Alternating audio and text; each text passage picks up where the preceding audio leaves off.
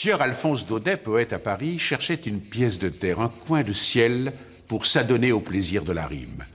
Par devant maître Grappazzi, notaire à Pampérigouste, a comparu le sieur Mitifio, ménager aux Ségalières, qui vante à sieur Daudet un moulin à vent et à farine, si dans la vallée du Rhône, au plein cœur de la Provence, sur une côte boisée de pins et de chênes verts. Étant le dit moulin, abandonné depuis plus de 20 années et hors d'état de moudre, comme il en résulte des vignes sauvages, mousses, romarins et autres verdures parasites qui lui grimpent jusqu'au bout des ailes.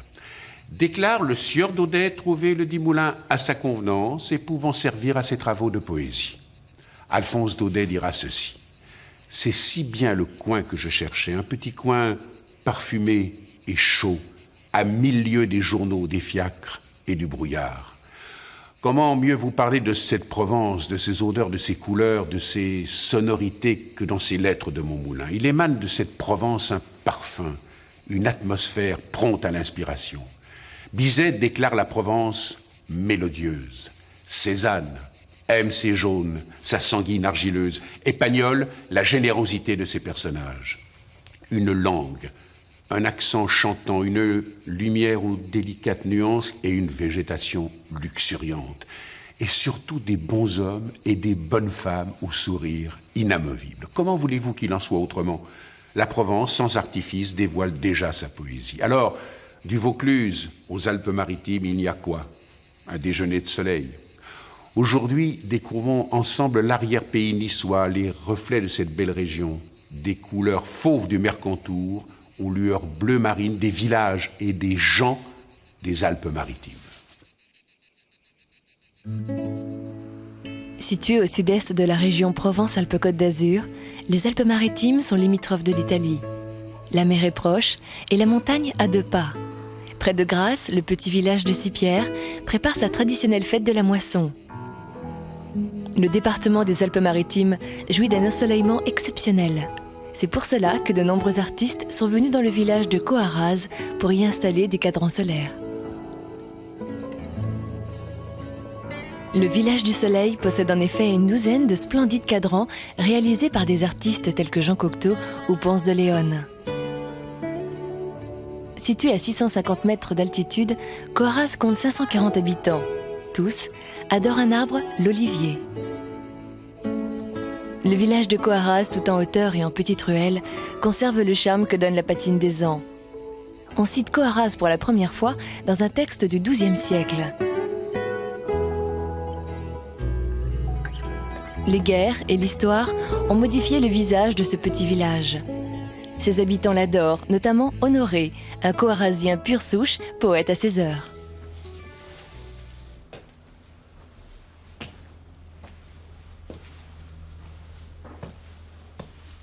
Oh, que fou.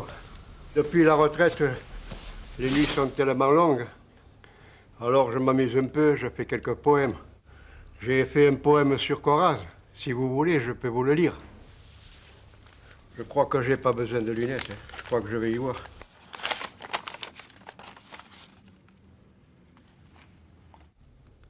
Je l'ai appelé Coarraze, mon village. Je suis fier de mon beau village. Il a sa place dans mon cœur. Je ne saurais dire son âge, mais il suffit à mon bonheur. Il a toujours un air de fête. L'heure est si douce à son cadran. Chacun de nous souvent s'apprête à s'entraider, joyeux, content. Coarraze, c'est le village, hein?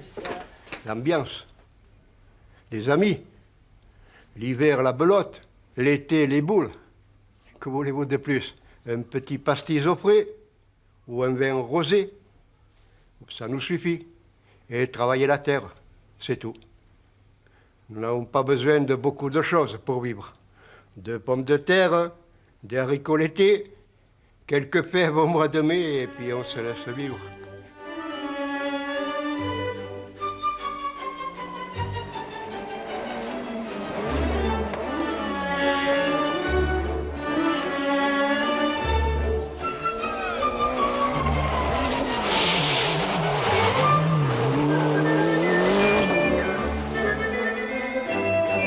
Au XIVe siècle, la reine Jeanne, reine de Naples et de Jérusalem, fait assassiner son mari.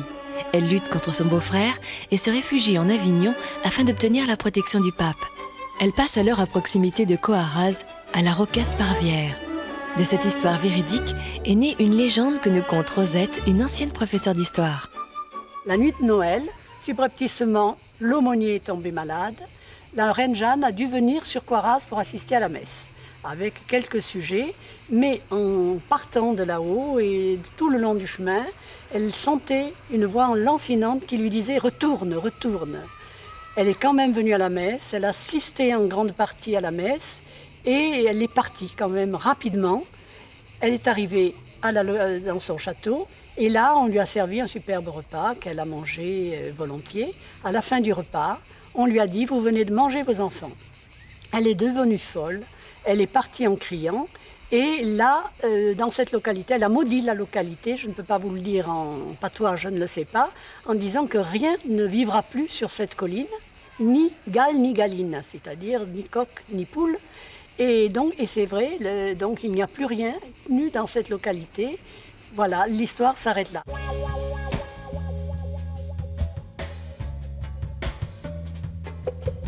L'ancien four à pain de la commune a été restauré. 2 fois l'an, il retrouve une utilité. Les habitants le rallument pour cuire pains et gâteaux. Ce four a fonctionné, d'après les anciens, que l'on peut encore rencontrer dans nos ruelles, jusqu'aux années 1910-1913. Il servait à faire cuire le pain et les pâtisseries de tous les Coarraziens. Ça va peut-être vous faire rire, mais enfin on cuit le pain avec du pain. Parce que le bois qui est le meilleur pour faire du pain, c'est évidemment le sapin, qu'on appelle communément chez nous le pain, et surtout le pain blanc, ça dégage un parfum sensationnel. On peut, après, si on veut, pour le déguster, alors on se fait une bonne anchoyade, ou alors une purée d'olive que nous produisons sur place. Alors là, vous vous régalez.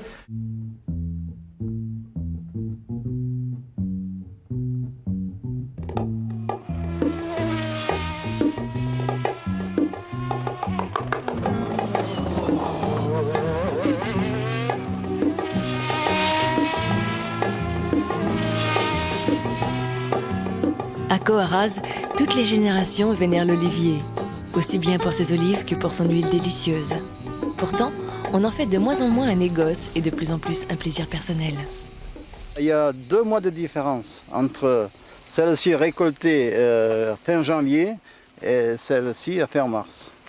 Et l'olive est plus en maturité. Et c'est la même salaison, les mêmes doses, disons 10% qu'on sale ici. Et voilà la différence, c'est tout.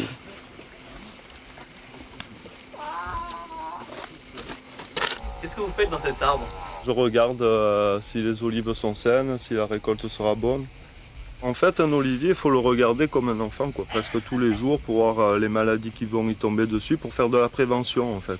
L'huile du comté de Nice a un goût un peu spécial, Et la confiserie, moi j'aime les deux, mais bon, après ça dépend des goûts. Mais l'olive salée est très bonne. L'olive niçoise est réputée dans le monde entier, Ça a toujours été une des richesses du pays. Vous aviez les olives, les châtaignes, c'était la seule richesse. Alors, l'olivier, pour moi, personnellement, comme pour beaucoup d'autres, c'est quelque chose de sacré. Il n'y a pas de mots pour exprimer la valeur de l'olivier.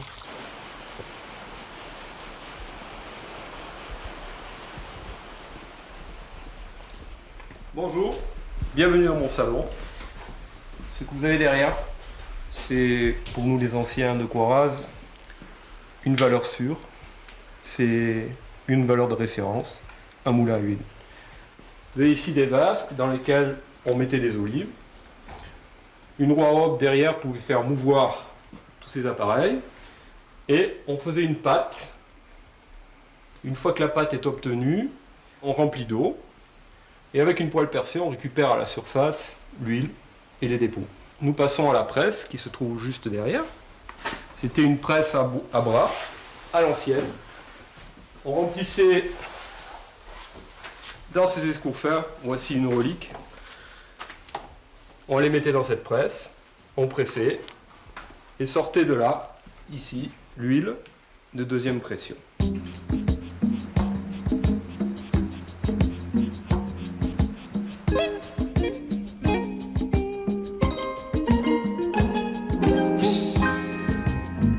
Et pour déguster l'huile d'olive, pourquoi ne pas le faire avec du fromage de chèvre? Rendons-nous dans un hameau du XVIIe siècle avec un chevrier venu de la ville il y a 25 ans. C'est le hasard qui m'a conduit à faire de la chèvre. Je suis venu m'installer plutôt pour être artisan dans le milieu rural. Et puis bon, les hasards de la vie ont fait que d'abord je me suis mis à l'agriculture et ensuite j'ai eu l'occasion d'acheter un troupeau de chèvres. Le fromage de chèvre est très doux, il a un petit goût de noisette, il est absolument pas goûteux. En vieillissant, les graisses se transforment sous l'effet des enzymes qui sont produits lors de la fermentation. C'est ce qui donne le goût caractéristique du fromage de chèvre, quoi. Donc plus un fromage est vieux, plus il sera goûteux en fait. Ils vont rester environ une semaine dans la salle de fabrication, où ils vont un peu sécher et commencer à prendre des moisissures pour arriver donc au bout d'une semaine à un fromage environ comme ça, à peu près comme ça, qui est déjà un peu blanc. Et ensuite ils vont partir dans un frigo d'affinage, quoi, où ils vont rester une dizaine de jours.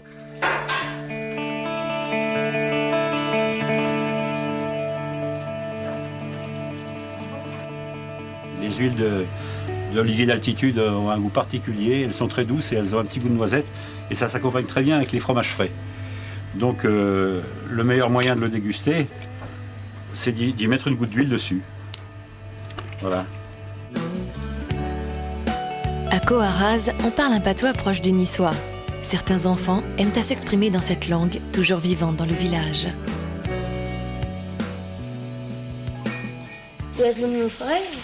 E si suona Maxime et eu e si suona Arnaud.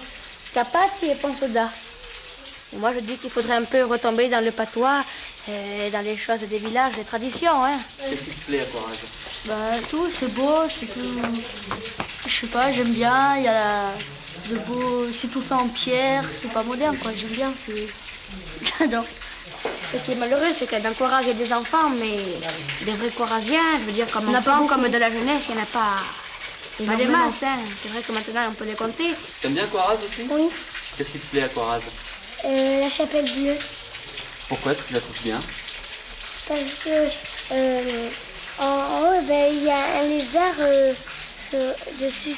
C'est comme ça fait. Il y a le sud, le nord, le est et le ouest. Le lézard, il symbolise Coarraze. À la queue coupée, parce qu'il paraît que dans tous les villages de la région, il passait le diable.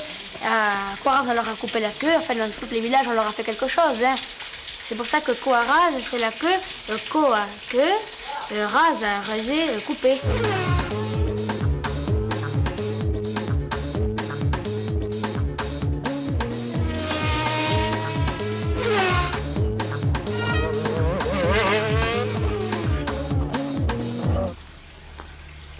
Un cadran solaire, c'est plus compliqué que cela n'y paraît.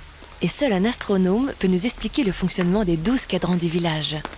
On se trouve sur la place de l'église de Coarraze, où là, vu la qualité du ciel, des artistes ont été invités à proposer des cadrans solaires.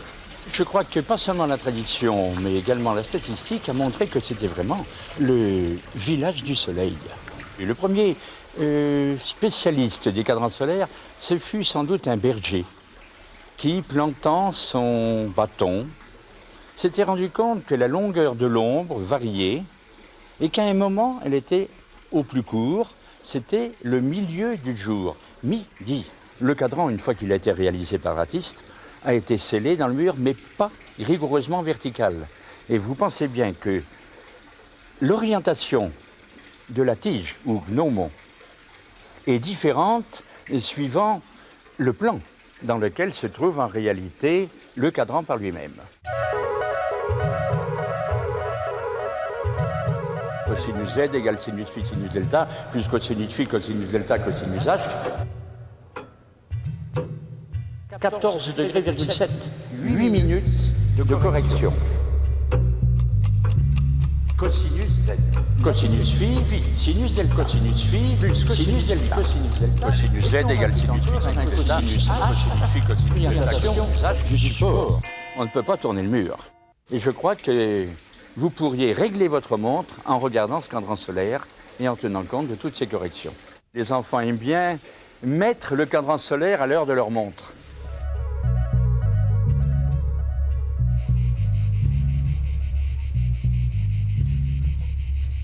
Quittons Coarraze pour nous rendre à Sipierre, dans les Alpes-Maritimes, à 25 km de Grasse.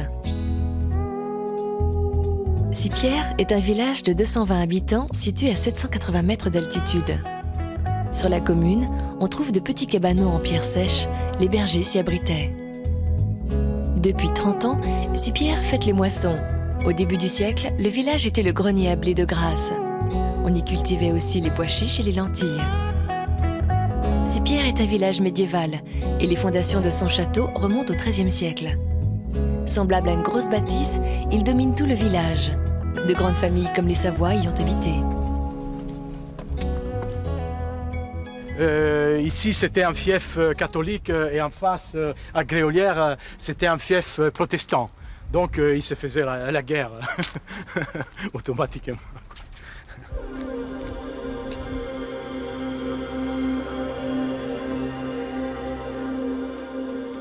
En Provence, ce sont des châteaux. Nous ne sommes pas dans la région de la Loire ou dans d'autres régions où il y a des châteaux forts ou des comment dirais-je, des forteresses, etc. Ici, les châteaux en Provence, c'est ça le château. Ces grosses bâtisses en style provençal en pierre, parce qu'en pierre détail, parce que vous pouvez constater vous-même, ça c'est vraiment de la construction en pierre détail.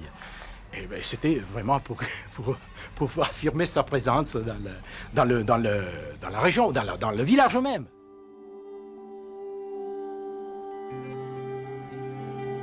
Dans les hauteurs du village se trouve une centaine de bories. Ce sont de petits cabanons en pierre sèche, sans jointure, qui servaient à protéger les bergers lorsqu'ils partaient travailler dans la montagne. Fernand, un ancien du village, n'a pas hésité à crapahuter pour nous les faire découvrir.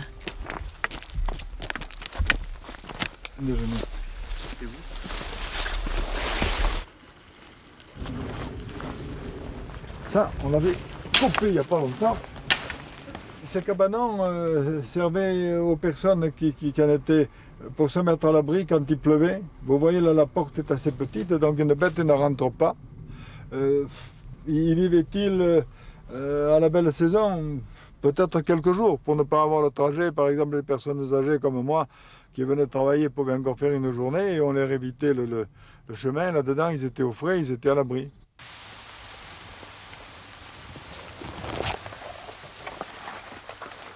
Je suis dans une borie et je m'abrite de la pluie, du mauvais temps tout particulièrement. Les bories ont été construites pour la protection des bergers. On retrouve ces constructions dans le Vaucluse.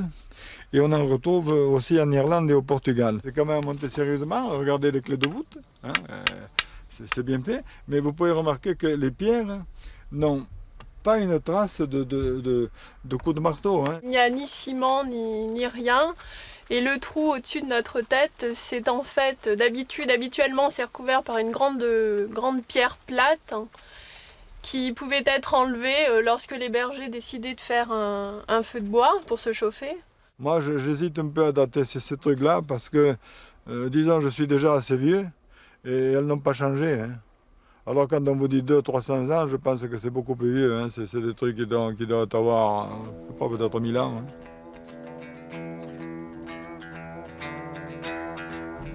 Un peu plus haut dans la montagne, les abeilles travaillent à régaler nos papilles. Sous les ordres de leur chef l'apiculteur, elles font un miel plurifloral délicieux et typique de Sipierre. Là, vous êtes à l'emplacement d'un rucher qui est caractérisé par deux choses. D'une part, sa situation à une altitude de 1100 mètres et d'autre part, par la façon dont les ruches sont exploitées. Je ne récolte le miel dans les hausses qu'au mois de septembre, quand la sarriette a donné son maximum. Hein? Les fleurs, c'est fondamental dans le miel. Oui, c'est fondamental. Les essences essentielles qui constituent une partie du nectar font le goût, n'est-ce pas, du miel. Le goût et puis son arôme également. Hein. Bien, voici donc un échantillon de la récolte. La première chose que l'on remarque, c'est la couleur claire qui dénote que les abeilles ont cette année plus particulièrement récolté de la lavande. Ce miel est pâteux, il n'est pas dur, il est cristallisé, il est pâteux, il tient bien Il est agréable à l'œil. Il n'est pas trop sucré. Il n'accroche pas, il ne colle pas au palais ni aux dents. Et comme goût, on sent surtout la sarriette. Par contre, à l'arôme, c'est surtout la lavande, typique de là-haut. C'est un miel de cru, des plants du plateau de Sipierre. Et dans nos régions, ma foi, il faut, pour avoir de bon miel, quand même que les hivers soient rigoureux.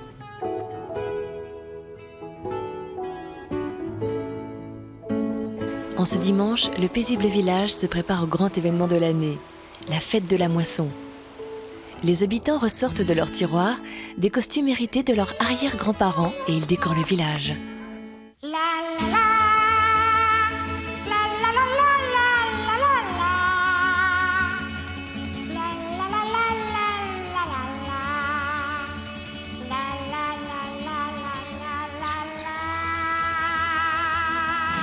You better come home, Speedy Gonzales, away from Tannery Road. Stop all of your drinking with that blue named Flo. Come on home to your adobe and slap the mud on the wall. Oh, bonjour! Like a strainer, there's loads of roaches in the hall.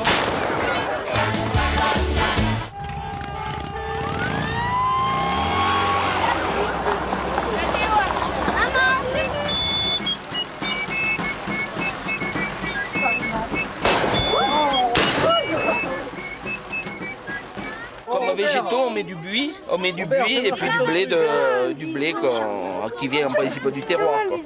Pour décorer un tracteur comme ça, pour vraiment bien le faire, il faut compter à peu près 2 jours. Chaque année, il y a tout le monde qui participe pour faire les guirlandes, tout ça, c'est carrément une grande famille. Je ne suis pas photogénique. Qu'est-ce que vous avez dans votre panier? En réalité, il faudrait un gros pain. Pourquoi vous n'avez pas pris le gros pain? Parce que j'ai mis l'appareil à la place. Faut pas dire déguisé, faut dire costumé. C'est pas pareil? C'est pas pareil. Vous êtes déguisé en quoi là? Je suis pas déguisé. Je suis habillé. C'est pas pareil? Non. C'est quoi la différence? C'est un costume, c'est le costume authentique du berger. Je suis pas déguisée, je fais partie des groupes folkloriques. Au départ, la tenue complète, il y a d'abord une chemise longue. Ensuite, il y a un corsage comme celui-ci, qui vient par-dessus. Ensuite, il y a un jupon blanc, long, qui n'y est pas. Il y a la jupe à rayures. Puis celle-ci par-dessus et le petit tablier. Le plus dur, ça a été le chapeau. Pas un vrai. Et pas des déguisements. Je me suis réveillé tard et donc je me suis juste mis la chemise. Oui, sympa, oui. Alors, un jupon, une robe et un châle. Ils viennent d'où? Pardon? Ils viennent d'où? De mes arrière-grands-parents. Je reste anonyme par rapport aux autochtones. Vous trouvez maintenant de partout, dans tous les magasins, en ville, de partout. Ouais, mais c'est pas des vrais. C'est des vrais, oui, c'est pareil, c'est du neuf. Avant, il achetait neuf le costume. Avec un petit peu de couture, on arrive à les arranger.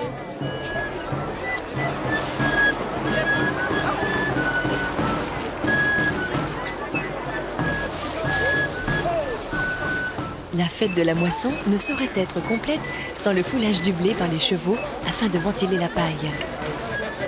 Les villageois s'adonnent à cet exercice armés de fourches en buis. On rassemble toute la paille, il restera le blé par terre, il ramasse le blé, après il faut le ventiler, le blé avec la machine. Avant il envoyait en l'air, toute la poussière elle partait et la graine de blé elle tombait par terre, après il ramasse le blé.